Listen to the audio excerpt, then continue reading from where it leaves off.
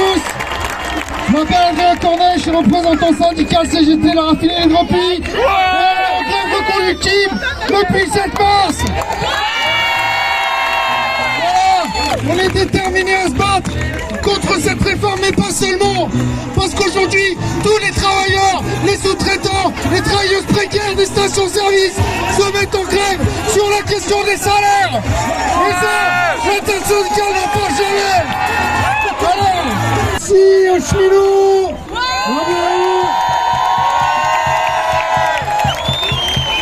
voilà, comme je le disais, en grève reconductible depuis le 7 mars, avec les camarades cheminots, on les applaudit bientôt.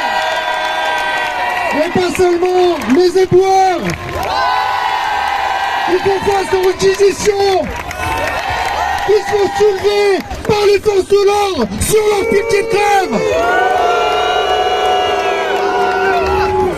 Comme vous, la jeunesse, j'avais 22 ans quand j'ai vu 17 quarts de CRS arrivant devant ma raffinerie pour m'obliger à repartir au travail. C'est ça la réalité, c'est soi-disant démocratie. Et c'est pour ça qu'on est là, pour leur dire qu'on n'est pas dupes.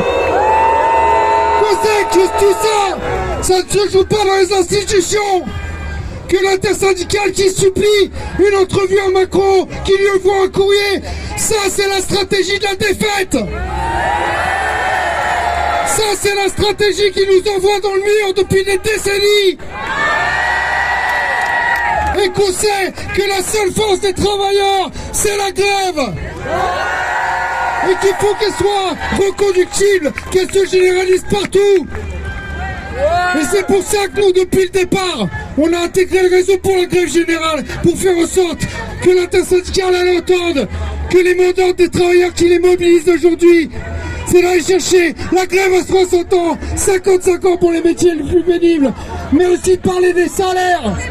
Il y a 17% d'inflation aujourd'hui en France et personne ne parle des salaires.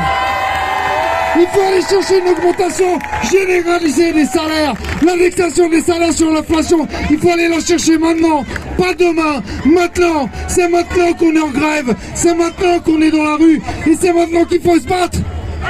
Et si on gagne ce combat, on pourra en finir avec la précarité étudiante. On pourra en finir avec les capitalistes qui pourrissent notre planète.